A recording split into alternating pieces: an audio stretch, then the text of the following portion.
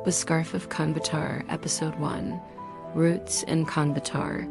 This is the true story of one of our viewers' family members.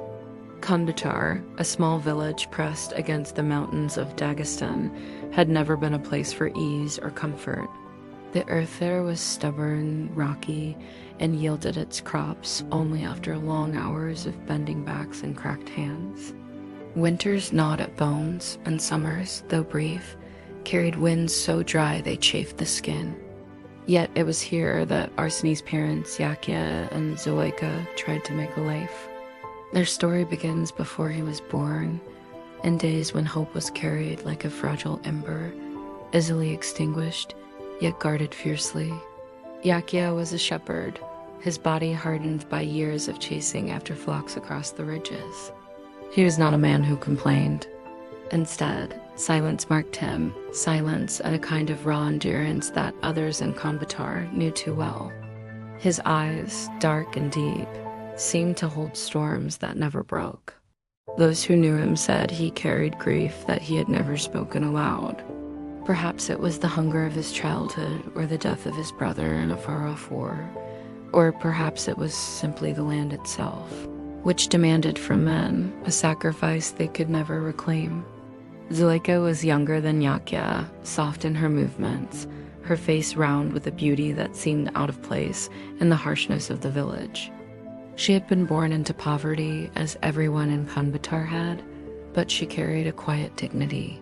She stitched clothes for neighbors, tended to goats, and whispered prayers into the night when Yakia slept. Those prayers, she often told herself, were not for herself, but for the child she did not yet have, the one she longed for with a desperation that sometimes left her weeping silently into her scarf. Theirs was not a romantic marriage. It was arranged by elders who believed that two hard-working souls would survive better together than apart. Yet in the silence of their small home, a bond formed, not tenderness perhaps, but a shared endurance. Yakia's hands, though calloused, sometimes lingered when passing bread to his wife. Zuleika, though burdened, made sure his clothes were patched and his meals warm. They lived not with ease, but with a rhythm that gave them strength. And always there was the unspoken hope of a child. Children were scarce in Kunbatar, not because families did not want them, but because the mountains seemed to demand their own share, taking infants with cold fevers or mothers with labored births. Each family carried the memory of losses. And so when years passed and Zuleika remained without child, whispers began. She heard them when she went to the well, saw them in the glances of other women. Pity, sometimes even judgment, weighed on her shoulders, but she prayed still.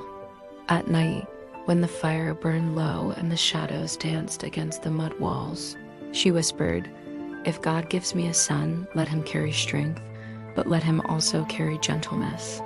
Let him see the mountains not only as hardship but as beauty. Let him not inherit only the silence of his father, but also a heart that dares to dream." Years slipped like water between stones. Zuleika grew thinner, her hands rougher. Yakia spoke little of the absence of children, but sometimes, in the quiet after long days, he would glance at her belly with a longing that betrayed the silence. She felt those glances like knives, and yet they bound her more tightly to him. They were two people bound not by romance, but by a shared waiting, a shared ache.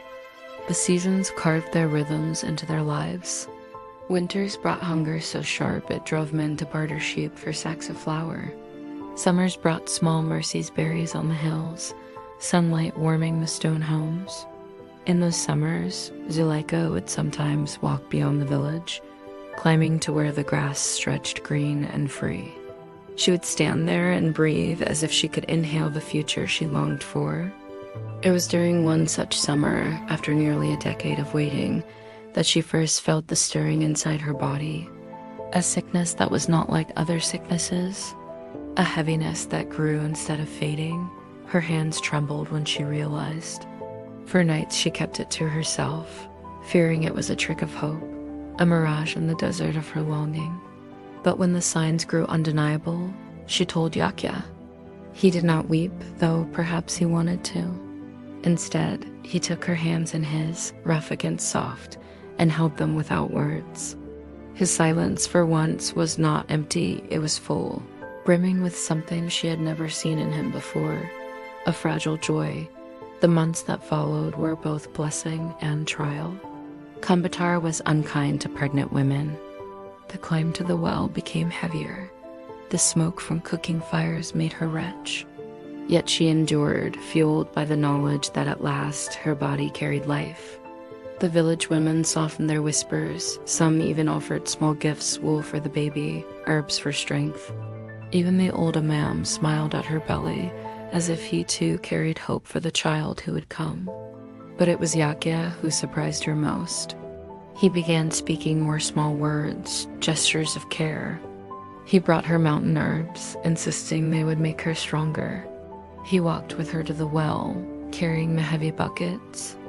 In the quiet of the nights, he placed his hand over her belly, his eyes filled not with storms, but with something gentler, something that seemed to heal the silence between them. And yet, even as joy grew, fear stalked the edges. For every mother in Kunbatar carried memories of those who did not survive. Zuleika often woke in the night, drenched in sweat, clutching her scarf as if it alone could protect her. She whispered prayers more urgently, more desperately. Sometimes she confessed her fear aloud. What if I cannot bring him into this world? What if God gives and then takes away? Yakya's response was always the same. A quiet look, a hand upon hers, and words spoken rarely but with weight. Then we will endure as we always have. But I believe this one will stay. The villagers too began to watch them differently. Some said the child would bring change, that perhaps the mountains would loosen their grip. Others said nothing would change, that life would grind on as it always had. But in Zuleika's heart, a seed of hope grew larger with each passing day. By the time the snows began to fall again, her belly was full, her steps heavy. The home that once echoed with silence now seemed to hum with unseen life. And in the corner of that small mud-walled house, a scarf hung one Zuleika had begun weaving during her pregnancy. She told herself it would be for the child, not as clothing, but as a memory, a symbol of the prayers that carried him into the world. Little did she know, that scarf would one day outlive them all. This was how it began. The roots of Kunbatar, harsh and unyielding, yet watered by the fragile hope of two weary souls. Arseny had not yet drawn his first breath, but already his story had begun shaped by poverty, by prayers, and by the quiet endurance of parents who had nothing, yet dared to hope for everything. And you, listening now, must carry this memory with care. For this is not just the story. It is the lived truth of one of your fellow viewers, a truth carved into the mountains, into the silence of Kunbatar, into the scarf that would one day bear witness to love, betrayal, and loss. Please wait for the next episode. This journey has only begun.